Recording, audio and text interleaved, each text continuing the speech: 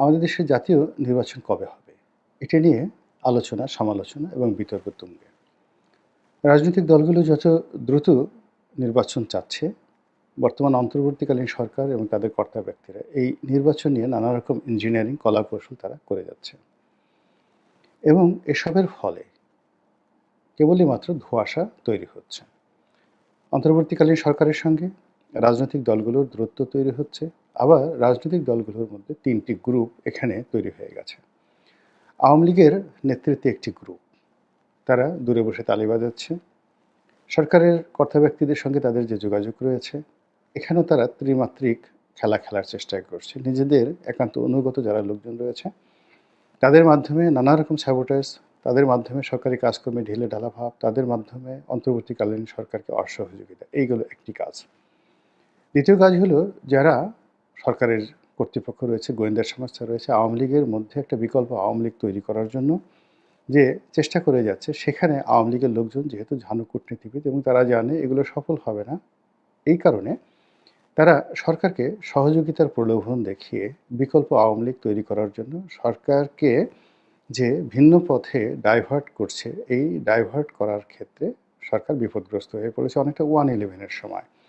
আপনারা জানেন যে 111-এর সময় মঈনুদ্দিন এবং ফখরুদ্দিন সরকারের যারা কর্তা ব্যক্তি ছিলেন, তারা আওয়ামী লীগ ভাঙার, বিএনপি ভাঙার যে চেষ্টা করেছিলেন এবং আওয়ামী লীগ এবং বিএনপির যারা শীর্ষ নেতৃত্ব ছিলেন, তারা এই মঈনুদ্দিন ফখরুদ্দিন সরকারের কর্তা ব্যক্তিদেরকে একবার রাস্তায় নামিয়েছেন, একবার ক্যান্টনমেন্ট থেকে বের করেছেন, একবার শেরাটনে নিয়েছেন, একবার নেতাদের বাসায় নিয়েছেন এবং নানা রকম ছলচাতুরি বৈঠক করে রাজনৈতিক যাকে বলা হয় কূটকৌশল প্রয়োগ করে মঈনুদ্দিন ফখরুদ্দিন সরকারকে জনসম্মুখে এবং দেশ বিদেশে বিতর্কিত করে ফেলেছেন যে তারা বৈধ দুটো রাজনৈতিক দলকে ভেঙে বিকল্প সংস্কারবাদী একটি রাজনৈতিক দল গঠন করার চেষ্টা করেছে এবং শেষের বেলায় একেবারে দিন শেষে একজন ঝানু রাজনীতিবিদকে তারা তাদের পক্ষে নামাতে পারেনি।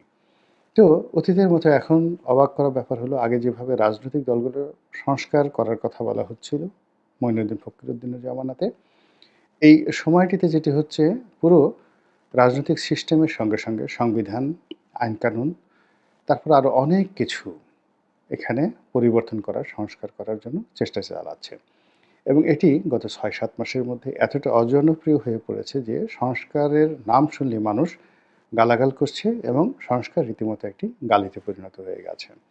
তো এই প্রেক্ষিতে বিভিন্ন গোয়েন্দা সংস্থার যারা লোকজন রয়েছে, তারা সরকারি কর্তা ব্যক্তিদেরকে বোঝাচ্ছে যে বিএনপির যে লোকজন রয়েছে, তারা বর্তমান নেতৃত্বকে অস্বীকার করে একটা ভিন্ন প্ল্যাটফর্মে চলে আসবে এবং এসে সরকারকে সহযোগিতা করবে। আবার এই গ্রুপটি আওয়ামী লীগের যারা নেতৃবৃন্দ রয়েছেন 111-এর সময় যারা পেরে ওঠেননি, তাদের সাথে কথাবার্তা বলে সারা বাংলাদেশে তাদেরকে সংগঠিত করে সরকারকে আবার বোঝানোর চেষ্টা করছে যে আওয়ামী লীগও ভিন্ন নামে নির্দোষ অবস্থায় সরকারকে কোঅপারেশন করবে। ফলে মূল আওয়ামী লীগ নিয়ে বা মূল বিএনপি নিয়ে তাদের কোনো রকম চিন্তা করার কারণ নেই। এবং এই সকল কথাবার্তা শুনে রাজনীতিতে যারা অনভিজ্ঞ সেই সকল উপদেষ্টারা কিংবা সেই সকল কর্তা ব্যক্তিরা বগল বাজাচ্ছেন এবং মনের আনন্দে দেশের মূল ধারার যে রাজনৈতিক দলগুলো আছে তাদের বিরুদ্ধে তারা একটার পর একটা বিষোদ্গার করে যাচ্ছেন। This is one. Second thing হলো এখানে কিংস পার্টি গঠন এবং আমি অবাক করার ব্যাপার হলো বাংলাদেশে যে সকল গোয়েন্দা সংস্থাগুলো রাজনীতি দেখে, যেমন ডিজিএফআই, এনএসআই কিংবা এসবি, তারা এই রাজনৈতিক নেতৃবৃন্দের সঙ্গে নিয়মিত যোগাযোগ করেন এবং এখানে সাধারণত এসপি লেভেলের লোক পুলিশে আর সর্বোচ্চ এডিশনাল আইজি এবং ডিআইজি, তারা শীর্ষ নেতাদের সঙ্গে কথা বলেন। আর অন্যদিকে একজন ব্রিগেডিয়ার জেনারেল, একজন মেজর জেনারেল এবং সাধারণত মাঠ পর্যায়ে কর্নেল এবং লেফটেন্যান্ট কর্নেল তারাই এই কাজগুলো করেন আর অফিসে বসে বিভাগীয় বিষয়গুলো একজন ব্রিগেডিয়ার জেনারেল দেখেন।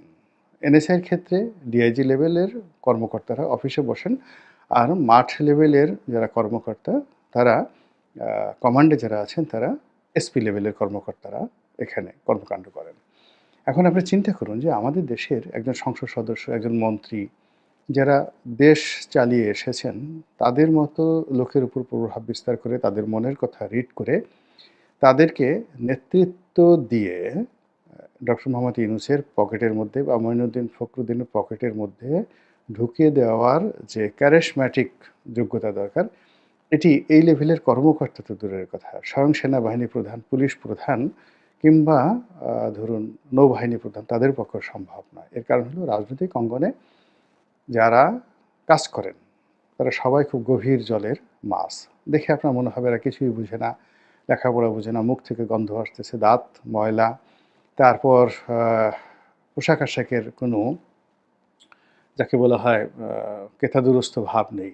কিন্তু আপনি যদি গভীরভাবে লক্ষ্য করেন যে রাজনীতি কিভাবে করতে হয়, কূটনীতি কিভাবে করতে হয়, মানুষদেরকে কিভাবে বোকা বানাতে হয়, এজন্য যেভাবে সম্ভব, যেখানে যেরকমভাবে প্রয়োজন সেভাবে বোকা সেজে থাকার যে অসম্ভব ক্ষমতা রাজনীতিবিদদের আছে, এটি অন্য কোনো পেশার নেই। ফলে কি হচ্ছে? রাজনীতিরা রাজনীতিবিদরা সময় মতো রাজা হয়ে যায়, আবার সময় মতো কারাগারে চলে যায় এবং এই দুটোকে তারা ডাল ভাত মনে করে। কারাগার থেকে বের হয়ে ১ ঘন্টার মধ্যে তারা সিংহাসনে বসে, আবার সিংহাসন থেকে ১ ঘন্টার মধ্যে তারা কারাগারে চলে যায় এবং এটা নিয়ে তাদের মধ্যে কোনো লাজ লজ্জা নেই। আপনি দেখুন ডোনাল্ড ট্রাম্পের যে গত ৪ বছরের যে কর্মকাণ্ড, তিনি জেলে গেছেন, তার বিরুদ্ধে মামলা হয়েছে। তাকে অপমান করার সর্বোচ্চ চেষ্টা করা হয়েছে। কিন্তু সব কিছু কাটিয়ে উঠে তিনি আবার সেই ক্ষমতার মসনদে বসেছেন। আর ওই একই সময়টিতে যারা ইউএস জাস্টিস ডিপার্টমেন্টে ছিলেন কিংবা যারা মার্কিন মেরিন বিভাগের জেনারেল ছিলেন কিংবা মানে সেনাবাহিনীর প্রধান ছিলেন, সশস্ত্র বাহিনীর প্রধান ছিলেন, জয়েন্ট চিফ অফ স্টাফ যিনি আছেন, তাদের কারোর কোনো অস্তিত্ব নাই। আপনি এদেরকে খুঁজেও পাবেন না কাউকে। তো এই যে বাংলাদেশের রাজনীতিবিদদের সঙ্গে বিভিন্ন গোয়েন্দা এজেন্সি যারা খেলছেন আর অরাজনৈতিক যে অন্তর্বর্তীকালীন সরকার, এই অন্তর্বর্তীকালীন সরকার এদের কথা মতো চলতে গিয়ে পুরো তাদের যে কমিটমেন্ট, তাদের যে গোল, সমস্ত কিছুতে প্যাঁচ লাগিয়ে দিয়েছে। আর প্যাঁচ লাগানোর কারণে কি হচ্ছে? তারা সত্য বলছেন না মিথ্যা বলছেন, তারা জানেন আর তাদের মালিক জানেন। কিন্তু জনগণ তাদেরকে বিশ্বাস করছেন না। তাদের কোনো কথায় আশার বাণী জনগণ খুঁজে পাচ্ছেন না। জনগণ তাদের প্রতি নির্ভর করবেন এই ধরনের কোনো লক্ষণ দেখা যাচ্ছে না। ফলে প্রতিদিনই রাজপথে একটার পর একটা অঘটন ঘটে যাচ্ছে এবং ক্ষমতার যে কেন্দ্রগুলো আছে সেই কেন্দ্রগুলোতে একটার পর একটা অঘটন ঘটে যাচ্ছে এবং ক্ষমতার বলয়গুলোতে ক্রমশ ফাটল তৈরি হচ্ছে।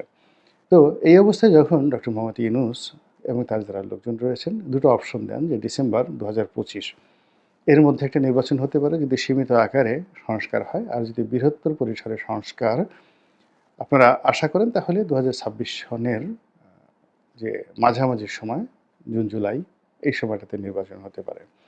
তো রাজনৈতিক দলগুলো এটা খুব ভালো করে বুঝে গেছে যে এই দুটো কথার একটি কথার মধ্যে কোনো আন্তরিকতা নেই, এগুলো পূর্ণ হবে না, ধারাবাহিকতায় যাবে না এবং আলটিমেটলি তাদেরকে আন্দোলনে যেতে হবে এবং সেই আন্দোলনকে সফল করার জন্য ইতিমধ্যেই তারা কিন্তু মাঠে নেমে গিয়েছেন। এটা হলো একটা ঘটনা। দ্বিতীয়ত বহু পক্ষের বহু রকম আচরণ, বহু পক্ষের বহু রকম কার্যক্রম। এর ফলে পুরো রাজনৈতিক অঙ্গনে, অর্থনৈতিক অঙ্গনে, সামাজিক অঙ্গনে একটার সঙ্গে একটার প্যাঁচ লেগে গিয়েছে, যেটিকে আমরা গিট্টু বলি। সেই গিট্টু লেগে গিয়েছে। এখন সেই গিট্টুর কারণে এমন কতগুলো বিরোধ রাজনৈতিক অঙ্গনে দেখা দিয়েছে যেগুলো আসলে রক্তক্ষয়ী সংঘর্ষের দিকে নিয়ে যাচ্ছে পুরো দেশ জাতিকে। ধরুন ৩ মাসের মধ্যে যদি নির্বাচন হতো, বিএনপি বা জামাত তাদের মধ্যে আজকের যে সম্পর্ক সেটি হতো না।